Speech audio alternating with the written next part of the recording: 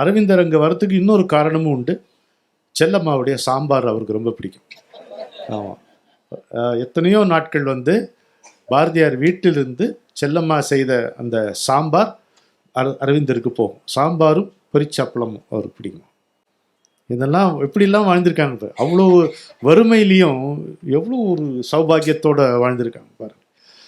அதாவது அரவிந்தர் வந்து தன்னுடைய நண்பருக்கு கடிதம் எழுதுகிறார். என்கிட்ட ஒரு பேர் செருப்பு இருந்தது, பாரதியார் அதையும் போட்டுன்னு போயிட்டார் அப்படின்னு. அவருக்கு தெரியாது யார் செருப்புன்னு தெரியாத போட்டுன்னு போயிட்டார் அப்படின்ட்டு. அதுக்கப்புறம் ஒரு கணக்கு எழுதுகிறார் தன்னுடைய நண்பருக்கு. ஏதோ 2 ரூபாய் 30 பைசா அது மாதிரி ஏதோ அவ்வளோதான் பாக்கி இருக்குது கையில். இது அடுத்தது என்னங்கிறது வந்து எங்கிருந்து இது வரப்போகுதுங்கிறது தெரியல. வரலாம், நானாவது இப்படி இருக்கேன். இந்த கடிதத்தில் இருக்குது, அரவிந்தர் கடிதத்தில் பாரதி வந்து மைனஸில் இருக்கான், ஆனால் துளி கூட கவலை இல்லாமல் இருக்கு. அது அவனால தான் முடியும்னு எழுதுறார் அரவிந்தர் எழுதுறாரு. அரவிந்தர் எழுதியிருக்காரு ரெக்கார்ட்.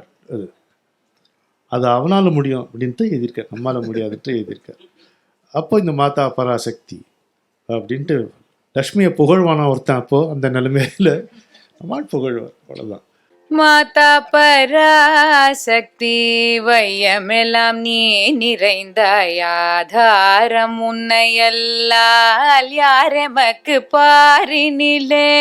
மாதா பராசக்தி வையமெல்லாம் நீ நிறைந்தாய், ஆதாரம் உன்னையல்லால் யாரெமக்கு பாரினிலே.